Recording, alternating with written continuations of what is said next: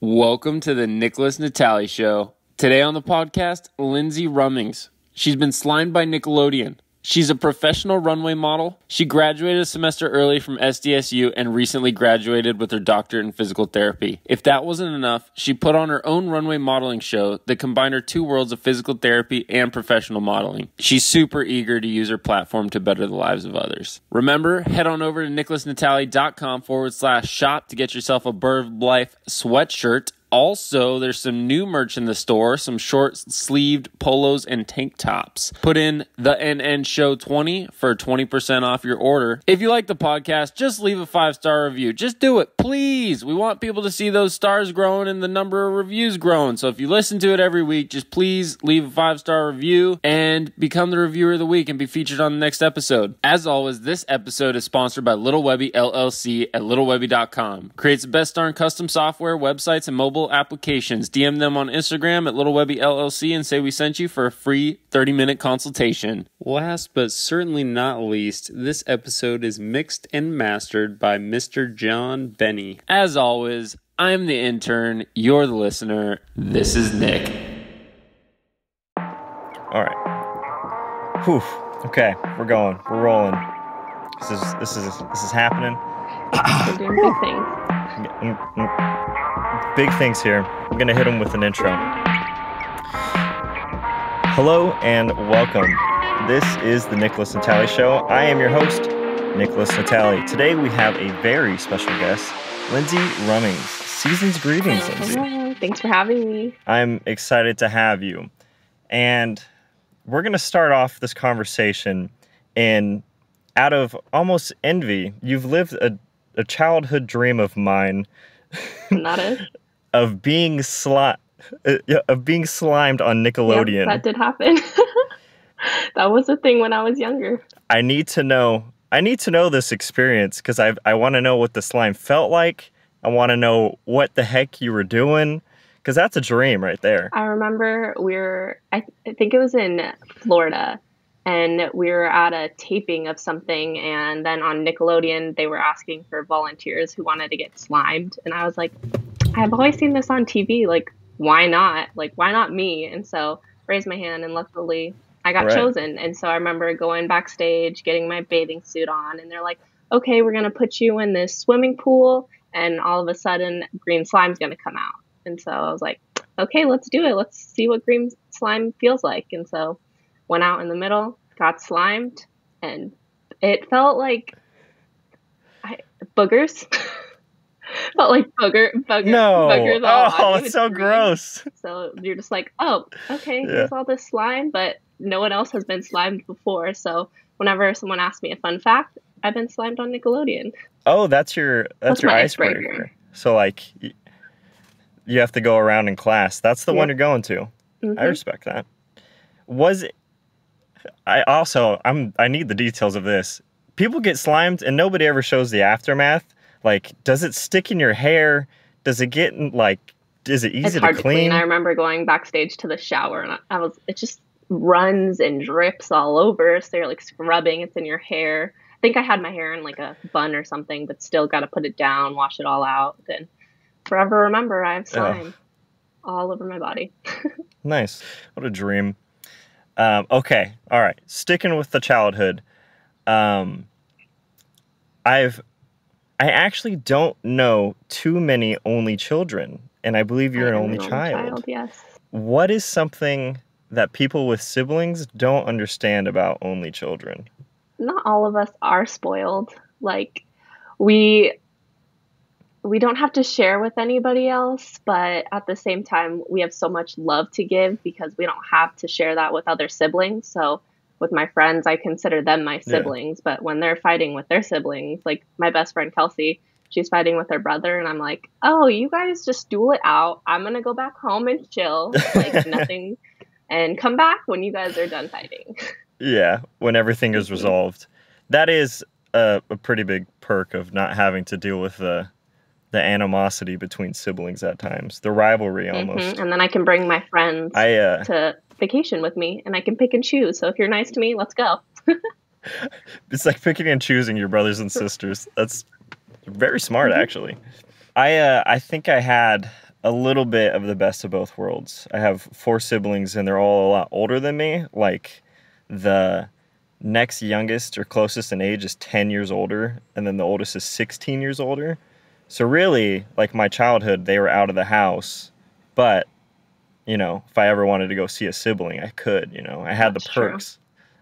So it's almost like I got to choose, but I didn't get to choose, you know. A little bit of a little bit of everything. Do you ever wish you had siblings? Yes, I do wish I had siblings, and I'm very lucky that I'm alive myself, because I know for my parents it took a lot for them to even have me. So I'm blessed that I have beautiful parents that love me and take care of me and help me through everything. So I'm okay with being an only child because it's made me who I am today. Yeah. And your parents seem like they're a huge part in your life and in your story. Because everything I've seen so far, like, your mindset is you dream big and you chase the big dreams that you have. And I imagine your parents, like, helped instill that in you in a way. So I'm kind of curious in that sense too. Like, you're a big dreamer, but also I imagine maybe your parents are also big dreamers, or how do they fit into the equation of that? They just have always wanted the best for me and have supported me through whatever, whether it's gymnastics, ballet when I was younger, going through volleyball, going to San Diego from Colorado. They've always been supportive and been like, if you can dream it, you can do it. Like, why not try? Because if you don't try, you'll never know how far you could get. That's for sure. Yeah. So now I'm getting my doctorate of physical therapy, and they're still supporting me and cheering me on while modeling. Like, who could say that they have parents that support them in both of their dreams? That's wild to me too. You're about to be a doctor. Dr. Lindseys. That's nuts. How much longer until you graduate? So I have 2 weeks left of this semester, and then 6 weeks of summer school, and then I'll be finished with my didactic in-school learning, and then a year of clinicals. So catch me May 2021, Dr. Lindsey. Oh, let's go. You're right around the corner. And you graduated early of your undergrad. How did you finagle that? How did you pull that off? In high school, actually, I took advanced chemistry and AP chemistry, and my professor happened to be accredited from one of the universities in Denver. So luckily, I got credit with chemistry. So when I came to SDSU, I didn't have to take any chemistry. So I was pretty much ahead. So I should have graduated in 3 years, but I wanted to take the honors program. And because I loved San Diego and college so much, that stayed 3.5 years. So yeah, might as well stick around and enjoy it. Really did. Man, I'm trying to figure out what to ask you next, because you have so many cool things that I could pick your brain about. Since we're on the topic of SDSU, I'm going to take a little detour, you know. I'm going to say you went to China and studied at the #1 university in China. Yes. That's got to be an experience. It was a whole nother world over there. When I went over there, I went a week early just to get the lay of the land, and everything was so much more crowded. There's no space, but going to the university, it's a closed university. Only the students could get on campus. And so once you get on the campus, it's so beautiful. A lot of the students were just studying most of the time because that's what they do in China. They wake up at 5 a.m., go to class, and then they don't go to bed till 10 p.m. And there's a 2-hour break, 1 hour for eating, and then 1 hour for nap time. That was my favorite. And so you're saying you have classes during that time, or it's just like nonstop on the go? Usually you would have classes. So when I was there, I studied in Beijing and then took a 28-hour train ride to the Yunnan and then the Sichuan province. So 28-hour train ride, then a 5-hour bus ride to the province, and taught high schoolers. Wow. How was that? How were you received? At that time, I had short blonde hair, and they couldn't figure they couldn't figure out. They were like, I know you're Asian. You're not Chinese. Like, what are you? And so I remember calling my mom one of the days, and I broke down in tears. I was like, everyone's looking at me. Everyone's staring at me. Like, I don't know if I like this. Like, people keep coming up to me. Like, I feel like an outcast. But then once they got to know me, everyone opened up. And I even got some love letters that were really beautiful. Oh, man, please give me the deets on those. One was about... like confessions of the heart kind of deal?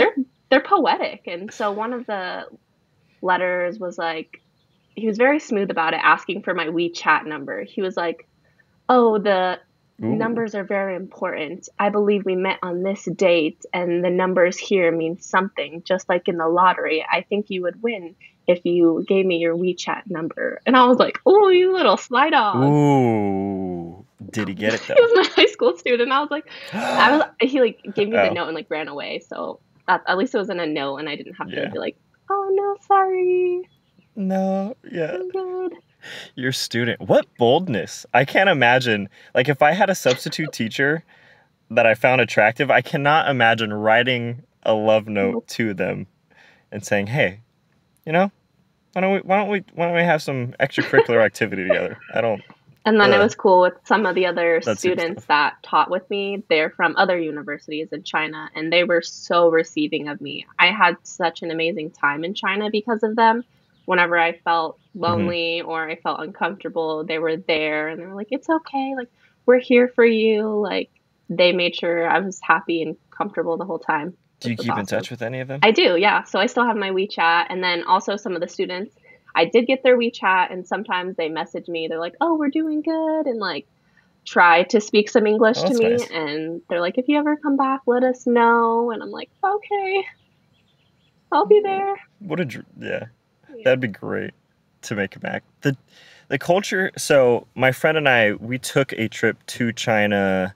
Oh my gosh, it's already been a year. Last January, but the culture was astonishing to me, um, in a lot of different ways. But I think one of the oddest experiences that I had in China was me and my friend. We were going to the airport, and this guy was also going to the airport. You know, as you do on the same bus. What a coincidence!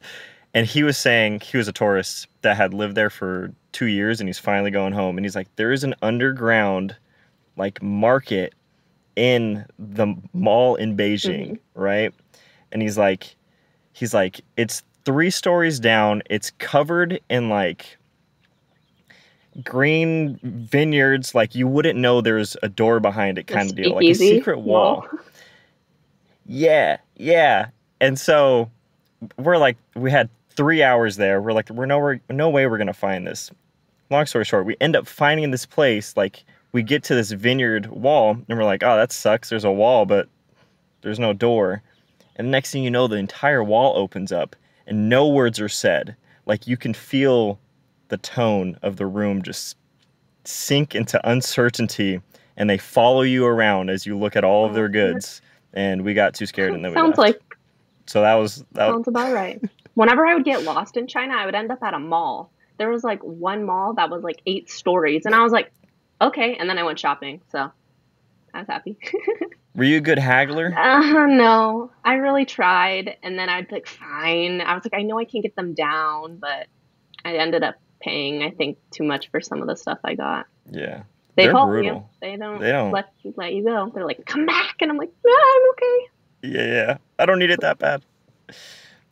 This guy sold me a fake Rolex that he wanted for $100 Hmm. USD, and I was like, "Sorry, man, that's not gonna happen." He's like, "All right, then walk away."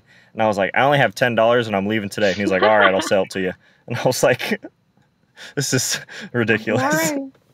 Yeah, but It it's a is. great culture. Did you take anything from their culture that you started applying to your daily life here? Hmm. I think it's just being kind and respectful of other cultures, and it maybe is not something that you practice yourself, but if one of your friends or someone you know practice it, like respect it. That's what I took away. Dang, I like that. Okay, let's backtrack a bit, because it seems to me like it's you came from Colorado to San Diego, and it's almost like as soon as you hit San Diego, you started doing modeling, like you jumped right in. How does something like that just stir up while you're in school, you Right. know? I remember someone reached out to me and they were like, "Oh, I want to do a photo shoot with you." And I was like, like that's kind of weird. Like I heard horror stories about it, so I did it and that was super fun.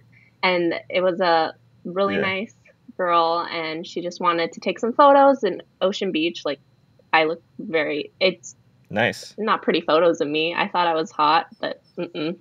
And then I had a meet and greet group kept messaging me. They're like, oh, like come to our meet and greet photography group. And I was like, that's even more sketchy. Like way more photographers. Like, The whole yeah. group. Ooh. And I kept Yeah. saying no, and I kept saying no. And finally my friends were like, you should just do it. And I was like, okay. And so I was like, can some of you come with me? So I had friends come with me just to make sure it was safe and sound. And it was Smart. actually really cool. I met a Yeah. lot of photographers, makeup artists, and from there, I just branched off. I love getting to know people. So when I'm at shoots, I get to know them. I'm like, hey, like, what do you do? What is your day job? Why'd you get into photography or makeup artist? And then I form a friendship.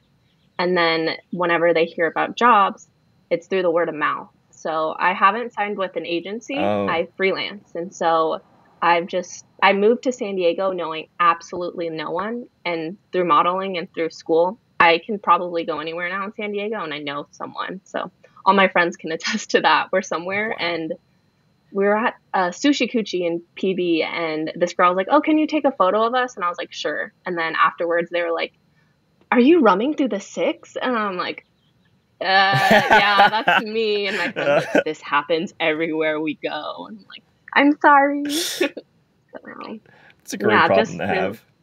I was go. You go. Just all the modeling stuff.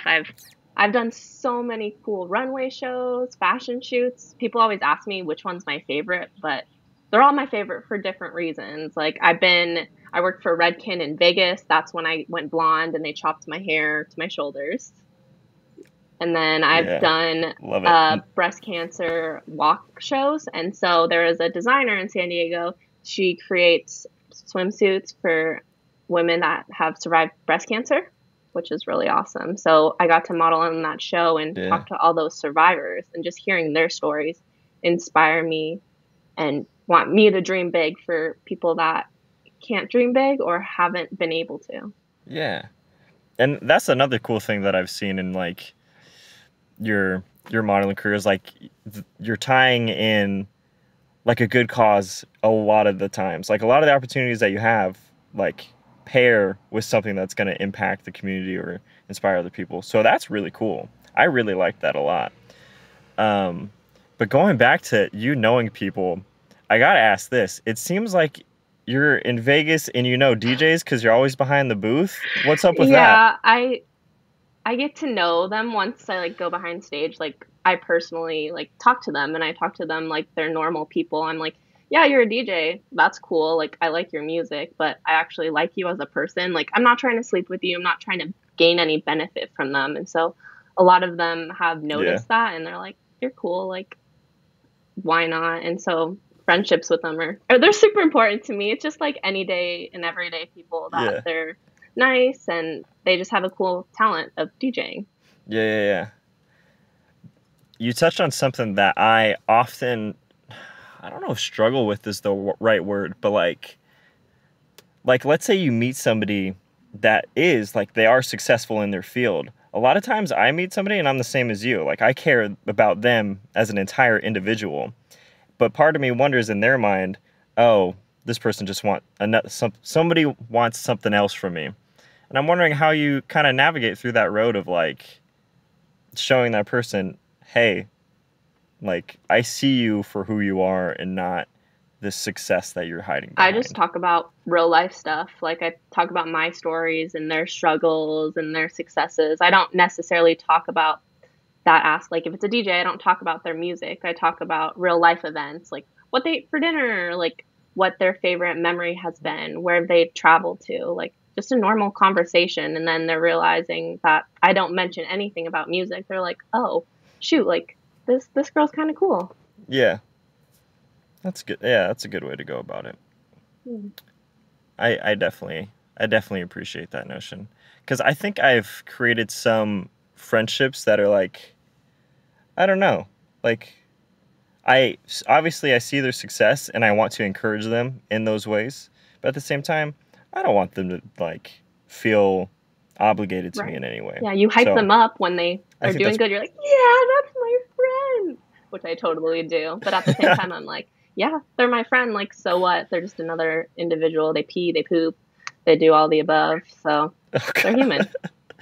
You don't get starstruck? No. Okay, the one time I got starstruck was at EDC.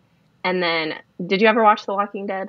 I've seen like one episode, so I understand the concept. So there's Carl, the son of Rick, and he's now a DJ. And my best friend and I were at the VIP pit, and then all of a sudden I see this guy, and it looks like Carl, and I like kept looking over, and I was like, "That's Carl!" Like, I was so excited. I didn't go up to him, but on the inside, I was like, "Oh my gosh!" Not that I like am in love with him. It's just I didn't expect him to see him there, and I was just like, "Yeah." Yeah.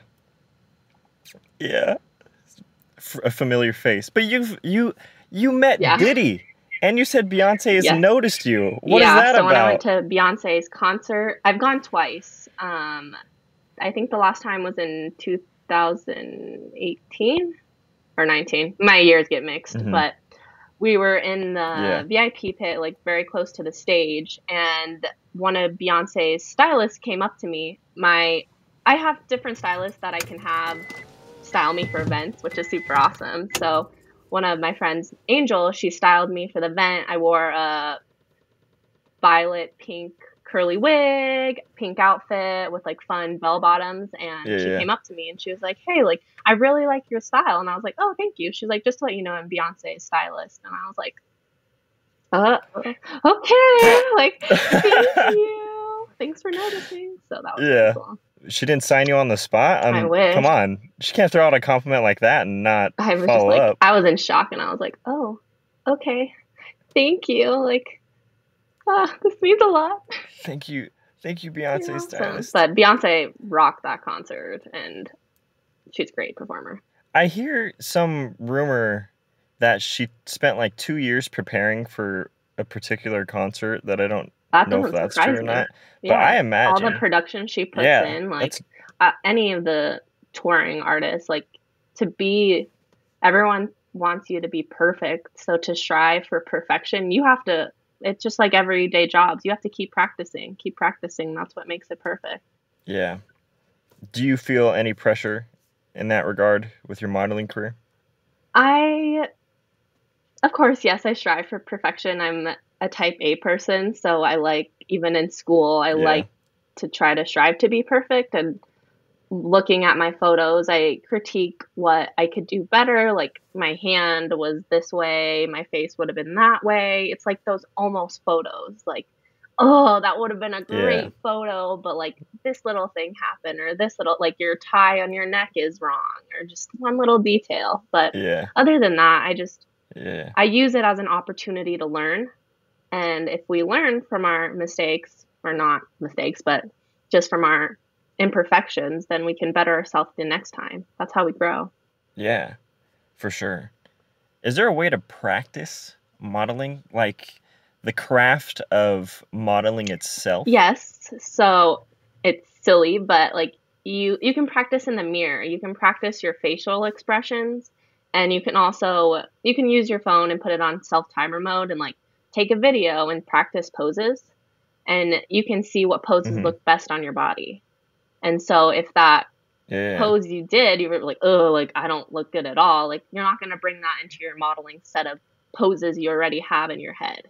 So usually shoots will have a theme. And so when they give a mood board, and so I like come up with poses beforehand, and like if I'm in a skirt, how I can model that compared to pants. So there's a lot of behind the scenes stuff that I think not a lot of people realize. Yeah, like I'm a pretty girl per se, but I also have practiced all of my moves and my smiles, my facial expressions to get the best picture possible. Yeah. And that's what I would also imagine is like there is a sense of like when you have a professional model on set, they come onto the set and they're getting work done. They know how to move, what to do, where to look, kind of deal. And I imagine that comes with a lot of practice and changing. So I've done one shoot for a Thai silk company, and I changed probably 40 times. So you have to change like this, pose, change. And so you're seeing me running around in heels, changing to the next outfit, going like 5 poses next, and then you just got to be efficient. Because that whole day, I started at 8 and ended at 5, so crazy. Jeez, you're like the magician's lady where they get inside the tube and then it's somebody's changed. Is it like that? That's how quick you got to do it. And so on shoots, sometimes they're like, you changed so fast. And I was like, well, during runways and some of the shoots I've done, like, you don't have time to dilly dally. You got to go. Yeah. Yeah. I don't mess around here. All right. Nope. You know, not today. Speaking of runway, I want to know. I want to know the details. I'm curious about the culture of runway modeling. Like, how are the people? How is the atmosphere? So I can start off with castings. I remember I've gone to some that I actually haven't made because they have a yellow line on the wall, and if you do not meet that yellow line, you will not be walking in. Yeah, no it's probably way. Like, I'm tall, but I'm not that tall. So when I don't hit that yellow line, like, I've had tears. I've spilled tears because I'm not tall enough, and I'm like, it hurts. But you get back up and go again, go to the next fashion show casting call. And when you're there, sometimes you have rehearsals. And so there's actually like special runway walks, like, which is crazy. And so we practice the order, how you'll walk, make sure your walk is appropriate for the fashion show. If it's sassy, if it's smiley and bubbly, just however the designer wants. Yeah. And so once you have rehearsal, you get to meet some of the girls.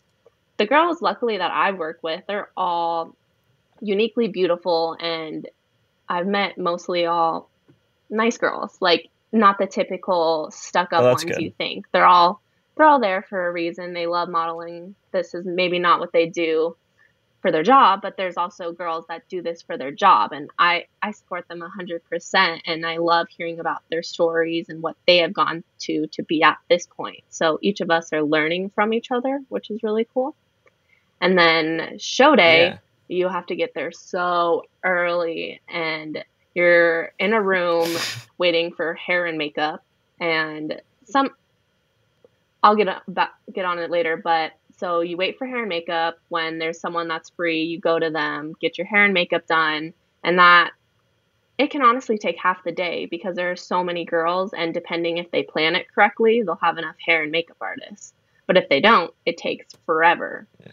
And with runway, it's not a photo shoot. They're not taking close-up photos. So you want to have good enough makeup for the runway, but you don't want a full face of makeup that takes an hour, because each girl would take an hour and that take all day. And, we missed the show. Yeah. So once hair and makeup's done, you are just waiting. Hopefully they feed you lunch. Sometimes we're not fed lunch. Yeah. Oh, how is that legal? They'll bring carrots and celery, and you're like, okay, wanted a big pizza or something. But it's fine. Here's a stick from a tree that you can nibble on. And then it's like halfway through the day, and then sometimes you have rehearsal again if no one's there. If not, they're just like, okay, let's get dressed. So we put the outfits on, and then it's showtime, and you blink, and it's over. So sometimes runway doesn't go. We didn't change the outfit fast enough. Like, this girl didn't do this. So like, you have to improvise, and you have to be okay with improvising because things aren't going to go your way. I learned that when I put on my own fashion show. Like, you think you have time, and then you don't have time, and you're like, go out, like, just go do something, like, be a filler. And so that's what I've learned. Like, you can plan to the best of your ability, but you need to learn how to improvise on the fly. Was that tough for you with a type A personality? Like, originally, did you want things to be like, I'm going to do this, and then I'm going to do this? And then... Yeah, but then also, if they communicate it, if you communicate with us, like, that's amazing. But a lot of times, the communication gets lost because I know the fashion director is having to do other stuff. But when you have the communication and you communicate what you want from me, oh, heck yeah, like, I will do that. But when there's no communication, all of us are just twiddling our thumbs. Yeah. What's next? What are we really doing here? And so, like, at the end of the day, if it's a runway show for a cause, you're like, I'm here, I'm supporting the cause. Like, it's fine. The fashion show will go well. But if it's like a LA or Orange County Fashion Week, they're like, nope, like, everything's got to go. Let's do it. So. Jeez. Yeah, it was cool. There was one in Orange County that I did for Fashion Week, and it was a silent fashion show. So, like silent disco, everyone has the headphones on. The only thing about that was they all had the headphones on and the models didn't. So I didn't know how to walk because I didn't know the beat. And so, like, what if it's like a slow song and I'm like, oh gosh, yeah, and everyone, and they're like, what is this girl doing? Like, we didn't even get to hear the song. So, like, I'm walking out, and that was a long runway that we had to go like in and out and all over. And I was like, I have no idea what the music is, so I'm gonna walk how I want. Yeah, that's man, they sabotaged you. You live, you learn, but it was a fun time. What a cool idea, though. Like, I love that idea of a silent runway. That's super creative. It definitely changes the experience of things. Does. Have you seen the video of those? And I am curious if you've ever done like a super crazy, outlandish walk, but the video of the two guys that walk up together and then they grab each other and they both lean back like they're a table, like they intertwine. You know what I'm saying? Those cool ones. I haven't done anything that cool. There's been ones when I've done like sassy walks and we can dance at the end of the runway, but I'm not that creative, so. What's your next? Let's think of your next big runway walk. I think maybe like has anybody done any front flips? Any aerials in high heels? Not yet. I actually have walked in do you know those heels that don't have heels? Like, it's kind of inverted.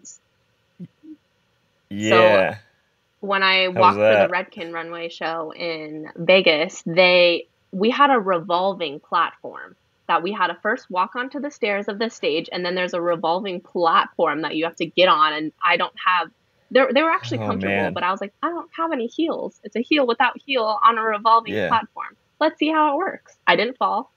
Goodness sake, but there you go. I could have. Nice. That seems like a contraption. A spinning stage like that. It's like something at the fair, Just on and off, and I was like, okay, this is either gonna go really awesome or not. Yeah. Or face plant, and you. Or. Yeah.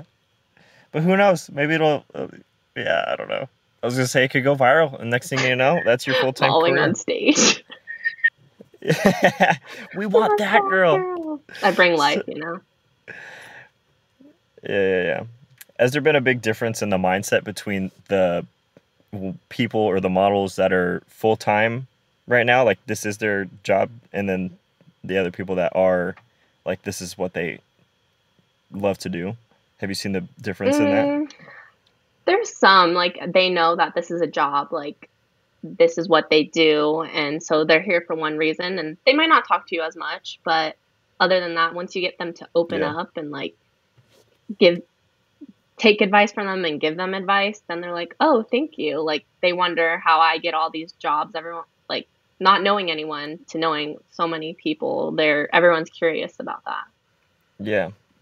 Very well networked. That's a impressive thing to do, because one of my thoughts was like, you're booking gigs, and I'm like, you either have to have a great manager or like know the right people, but it seems like you're just very well networked, which is even better, I'd say, because now you're not tied down to agencies. Right. Rules. Yeah. I used to look for jobs. There's Facebook pages, like people on Instagram looking for models, but now luckily people come to me, and I'm like, oh, that's so nice. Less work I have to do. Yeah. So even those runway shows, you're getting headhunted for? Yeah, so a lot That's of crazy. them I've now, like, they'll ask me beforehand, and so I don't even have to go to the castings, which I hate. So I, like, get to skip that part, and they, like, walk in, and I'm like, have fun with the castings. I'll see you guys in there. You're like a rapper without a label, You're doing it all independent. Yeah, holding myself. I respect the hustle. All right, I got to ask this question. So, you've walked the red carpet for the Oscars after party. Did you get to attend the Oscars after party? I did, yes. And so that was super fun. I didn't stay for that long because I had a test next day in class, because Oscars are on a Sunday. And so it was really cool to see all the different celebrities that were there and like be interviewed on the red carpet and meet some really awesome people. I remember they had a little doggy. It's a famous dog that like rides in a Jeep that just goes around that everyone wants to take pictures with. Like it's a hoot there. That's crazy. Yeah, so they're just a weird little. You have to stand in line for the red carpet. What's interesting? Like there's a line to get on the red carpet and like have your sign on the name and crazy. I'm just trying to figure out how I would take in an experience like that, because I imagine there's tons of people taking photos. Tons. You know, like it's a whole thing. Was walking the red carpet the first time like oh man, I'm walking the red carpet, like this is really happening to me right now? Yeah, you're just like, it's surreal. Kind of you're like, hello everyone, I'm so awesome. But then I'm like, am I awesome? And then you're like, no, I'm here. Like I deserve to be here. I've worked this hard. So yeah, man, I think moments like that are like so necessary in any career, almost. Like when you work so hard at something, like once you're in the moment of being at a place like that, like it's so good to just take it in, soak it in, and just feel the sunshine while you can. Because the next day you have school. Yeah. And back to reality almost. So, okay. You are getting your doctorate in physical therapy. Correct. About to be a doctor. But what you've done recently is you combined both of these worlds. I did. Mm-hmm. You know? You did. I want to know more about this combination. So actually in one of our summer classes, we were supposed to come up with a leadership plan, and it was supposed to be like 5 to 10 years down the road. And I sat there and I was like, like what is something I could do? Like, I don't necessarily want to be a teacher. I don't want to own a private practice outpatient PT. And I was like, oh, I model. Like, can I do something with modeling? And so I thought about all the runway shows that I've been with. And I was like, what if I created a runway show? And I was like, but what would the runway show be about? How do I mix that with PT? And so I was like, I have done a lot of work with the adaptive community. And I was like, like, what if I have a fashion show for people in the adaptive community, for people that have various abilities? And so I presented the plan in class, and they're like, oh, that's so cool. Like, you should totally do that. And then I was like, I should, but I shouldn't wait 5 to 10 years. Like, I have the resources and the contacts and the mindset now. Like, why don't I do it? And so over the summer, I kept brewing over it, and then fall came, and I was like, I'm going to do it. I'm going to put together this fashion show. And I was like, okay, I'm going to fix all the things that I don't like with the fashion shows that I go to. And so luckily I had an amazing professor, Dr. B, and then my classmates that were very supportive in helping me create this dream. And so spring came, and now I had to get my butt together because March 1st, my show was about to come alive. And I called it Boundless because we have no boundaries. Like, no one can set limits for us. Like, no matter if you're able-bodied, if you have different abilities, no matter who you are, no one can say no to you. Like, that's something I'm really big about. And so we came up with the word boundless. And so we came up with the idea of having not just one ability shown. So we had models with cerebral palsy. We had with, what else was it? One of my friends that I used to model with, she was in a parasailing accident and she stopped modeling. And I wanted her to get back into modeling, and I know she has, so I invited her to be in the show. So we just had so many abilities. It was so cool. And so I made sure that the models, I brought breakfast for the models. I brought lunch for the models. Nice. And what I've learned with fashion is, as we know, fashion likes to be fashionably late. And that's one thing that bugs me, because I have learned throughout my time, you need to be early. Like, to be on time is to be late. And so I Yeah. made sure to tell everyone to be there an hour early so we could eat breakfast, get to know each other, and the models could get to know each other. Yeah. And so, you plan for that. Like I said, it doesn't always go how you plan, but at least I, in my head, mentally planned for an hour before we can do hair and makeup. And then I sent out an email. I had a Google Doc. I assigned makeup artists and hairstylists to each model. So you're not just sitting Nice. there like how I was like, okay, who's the next open one? And then I wanted us to use our time efficiently. And yet there was still not enough time. But we got everyone in hair and makeup. But I really liked how everyone worked together. Like, I am so thankful for the time that the volunteers donated, that the hair and makeup artist donated, the stylist, like everyone donated their time out of their, I think it was a Sunday, to create this beautiful show. I had videographers, I had photographers, like they rocked that runway. Like, we had practice sessions, and I just remember the first time they watched me and they're like, I can't do that walk. Like, I'm not you. Like, I've never modeled. And I'm like, okay, like, let's do it. And so we practiced. And I remember they were so shy at first. They're like, this is silly. And then when they got on that stage, they showed who they were, and all around they're beautiful, smart, intelligent, kind women. And we had one male model there too, and his dad. And so they showed how resilient they are, that life has dealt them a difficult hand, but they grew and they're showing the world who they are.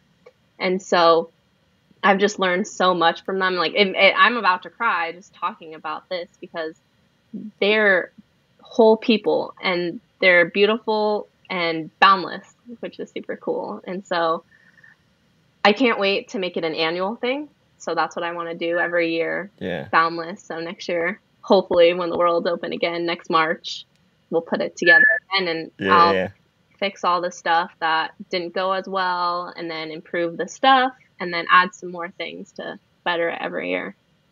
That's such a huge deal, and you pulled it off. I pulled it off, and I had 200 guests. Like, that's so incredible. Crazy. 200 people. Oh my gosh.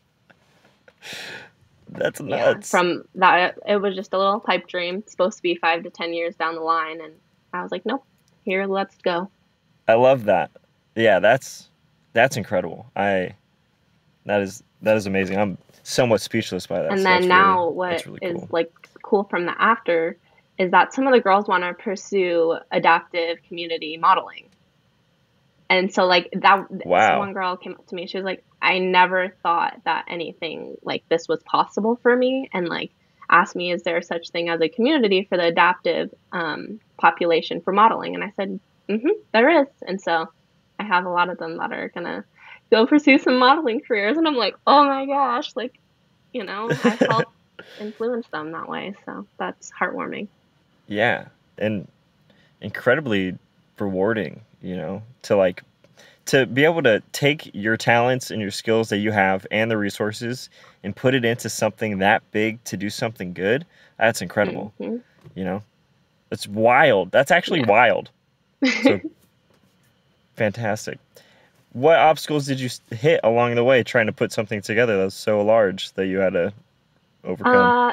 I think show day, of course, I knew was going to be the most difficult, because I myself had all the information in my head, but I needed to delegate all the tasks to. But when a lot of my volunteers are fellow classmates, so they don't necessarily have the fashion mindset and how to design the set or how to do this and how to do that, like what I envisioned. And so I could communicate that to them, but putting together the stage or the auction basket or getting the models, make sure they're all good, they were a little how does this go? And so maybe I'll have an assistant in the future, that I can give the information to. Because if you saw me, I was running around like crazy. I was from the dressing room to the stage room to the soundboard, making sure everything went well. If I had an assistant or 3 more people or 2 more people, my co-people, then I could pull it off, that had the fashion knowledge. I'm so happy that all my classmates helped and attended the show, but like having more fashion people too that they could maybe like partner up so they could both have the view would be amazing. And it was awesome because I got my hair done, but there was no time for makeup because it was showtime.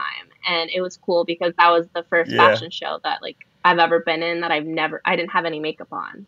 So that was like, I showed who I was. Like, I'm beautiful. Like, I'm imperfect. Like, I'm naturally Lindsey. Like, that's okay. Like, makeup just enhances you and you don't need it, but you know, it's nice to put on and like dress up, but you don't need it.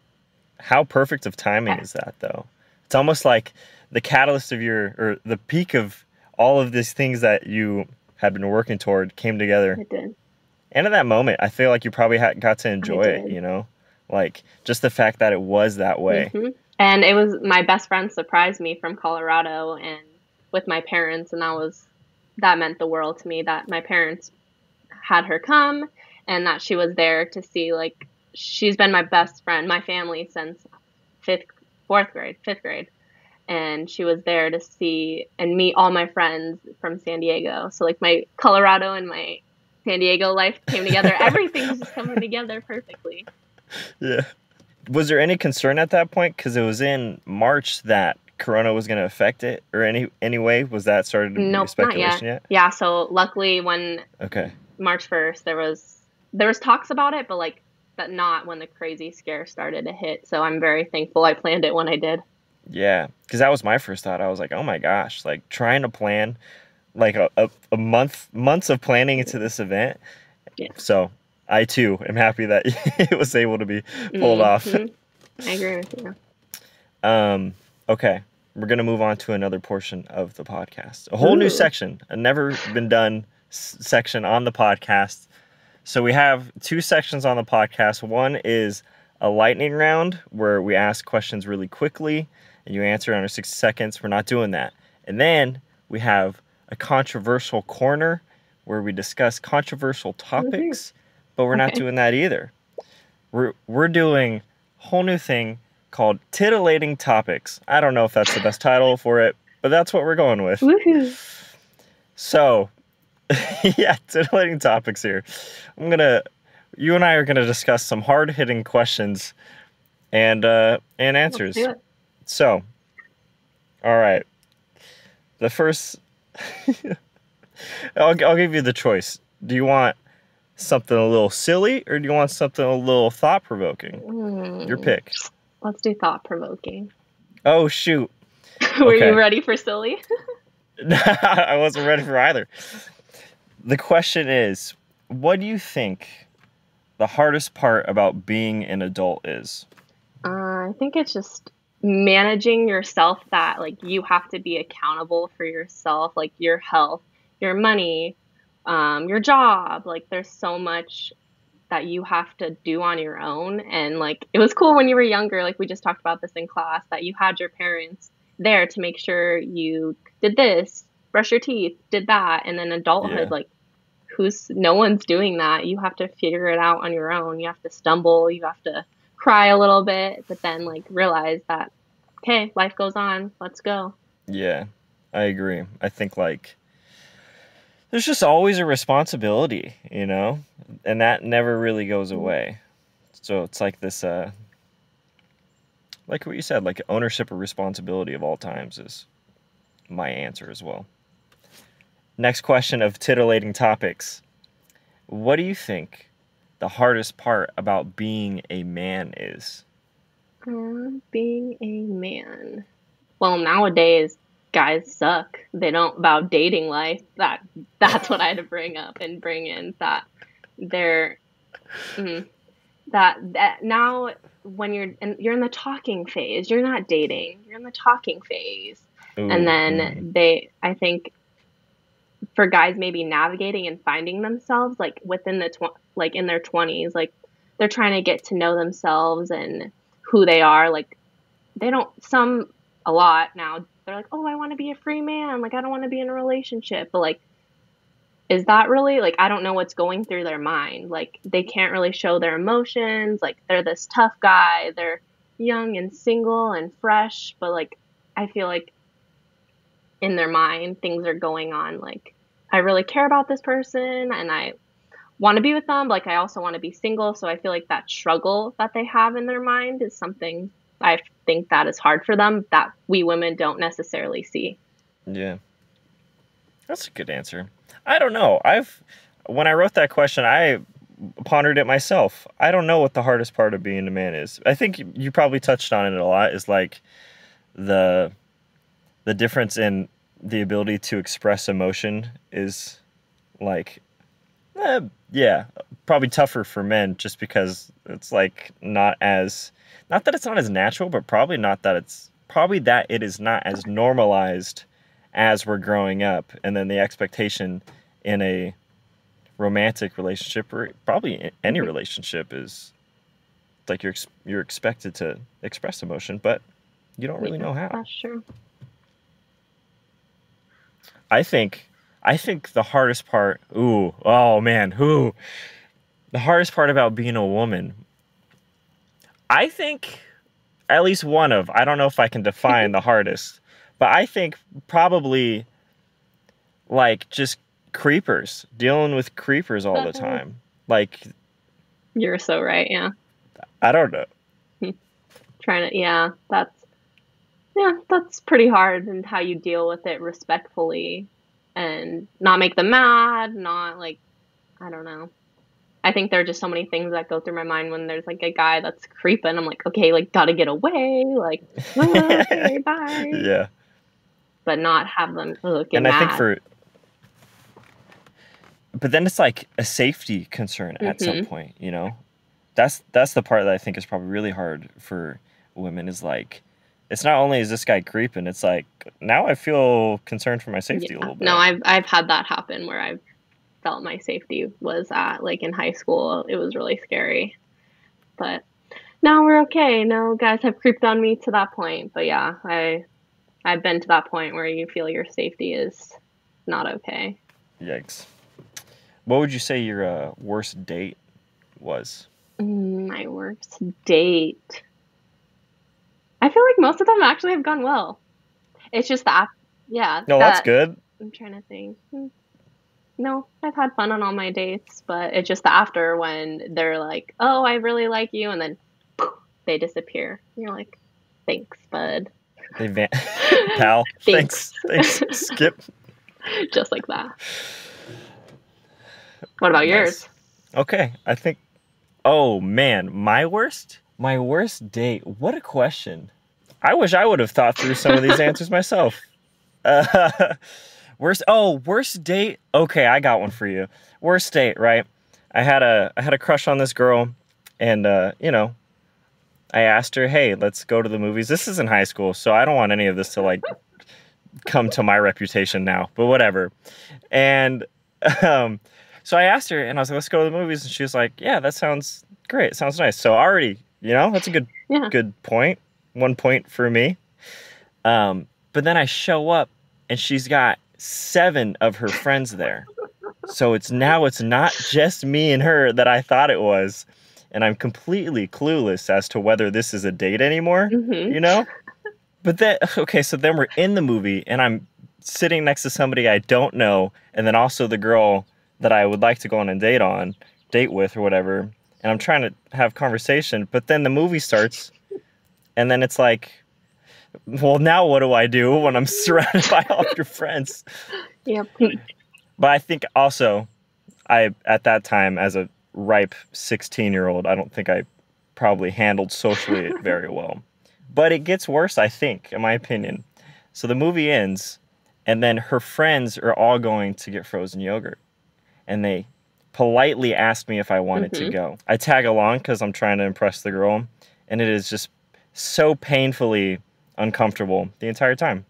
That's my worst date story, I think. That's funny. The movies, I think about how many dates when I was in high school I would go to the movies, and I'm like, you can't even talk to them. Like, why was that a thing, like a date thing? Because you're trying to get to know a person, and you're just like, nope, never mind, movie time.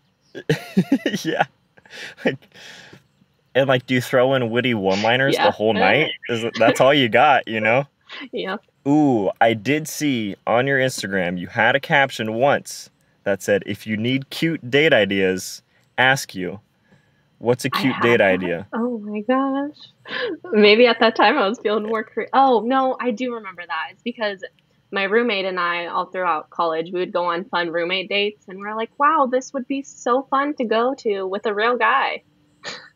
I was like, I love you. Yeah. You're a great roommate and everything, but this would be better with a guy. I think I with photo shoots, I've gone to so many cool venues. Like, I think December nights is probably one of my favorite date night ideas in Christmas, or just it doesn't even have to be during December night, the actual date they have, but like Balboa at nighttime with all the Christmas stuff is just so gorgeous, and Yeah. every time I just swoon over it. I'm like, ooh, this is so pretty. If Oh, like, only. if If only only Prince Prince Charming was Charming was next to here. me.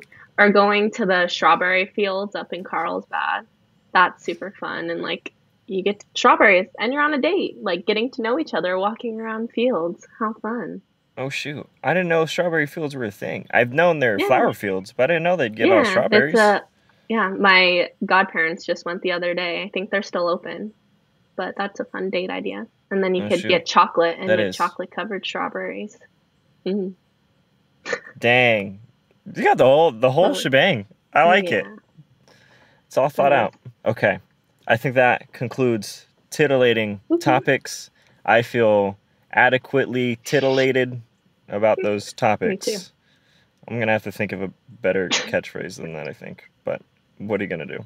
Okay. We're bringing the train to the end of this podcast. Got 2 questions left for you.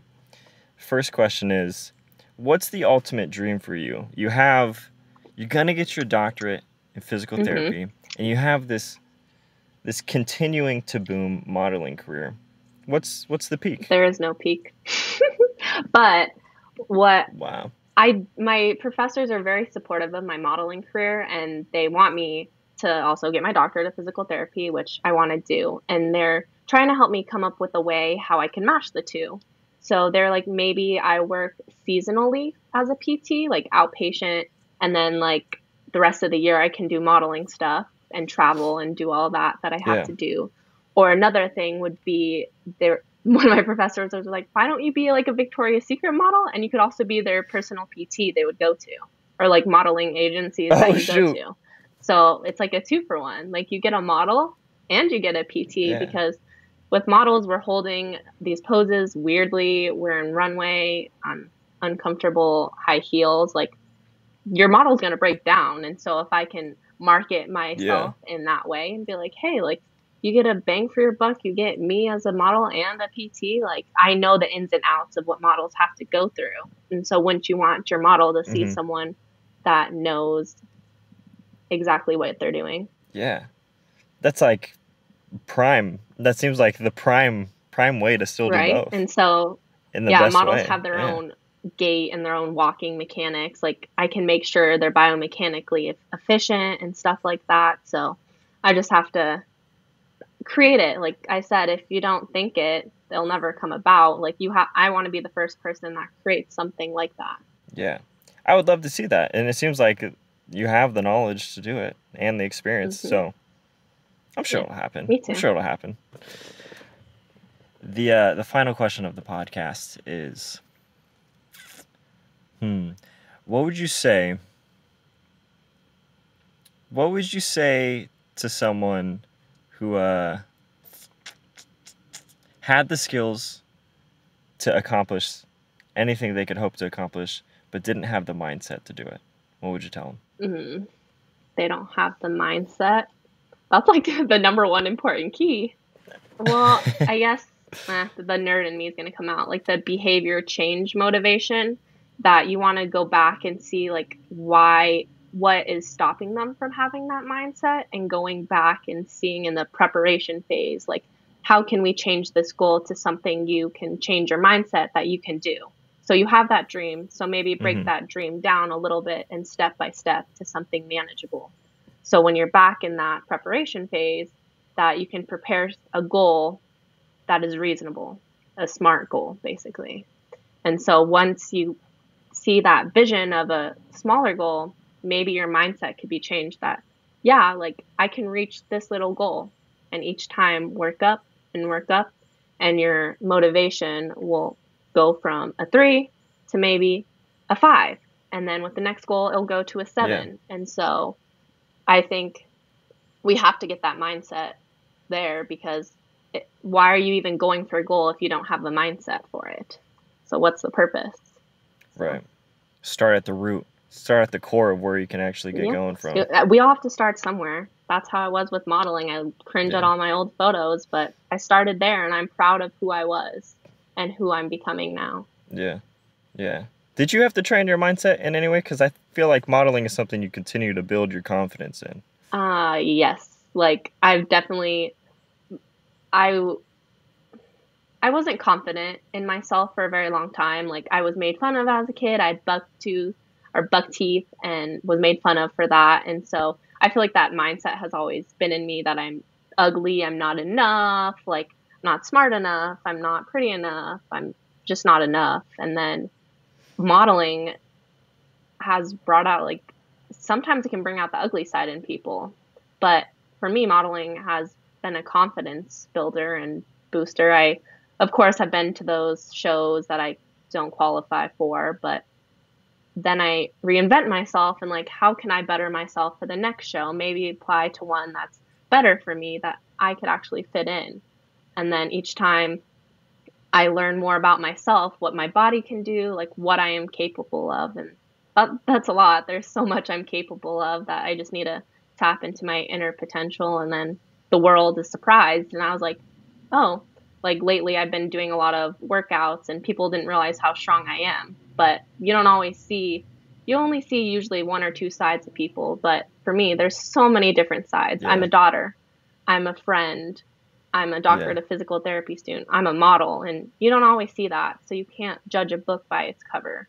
Yeah, I 100% agree. And I've been telling people that too, especially with this podcast. Like, one of the hardest things to do in a podcast is to encapsulate how great somebody is from a 360 view. Yeah. You know what I mean? Like, exactly what you're saying. There's so many layers to a person.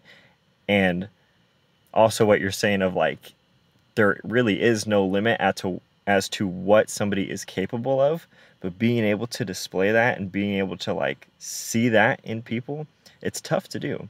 But if you see it in yourself, that's probably the whole battle. That's the first step. If you, like, loving yourself and accepting you for who you are is the first step. And if you don't love yourself, how are you going to love others or spread kindness to others? Love it.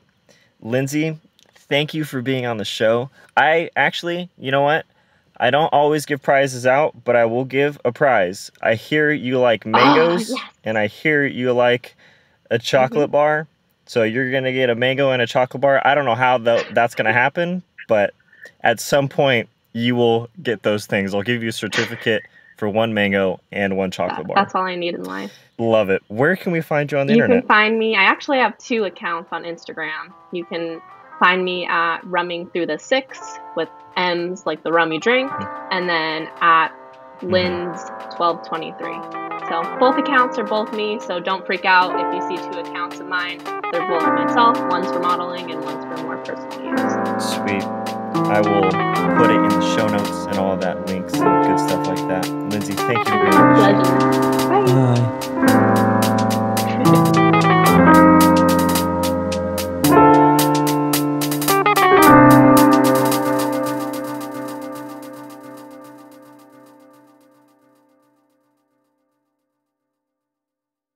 Well, guys, that was the episode. Thank you for listening. Next week, Friday, 6 a.m., Nick's birthday episode with guest himself, Nickolas Natali. This guy is always working on something, and he is very, very talented. So tune in next week, and he's going to be chatting about leadership. See you next week.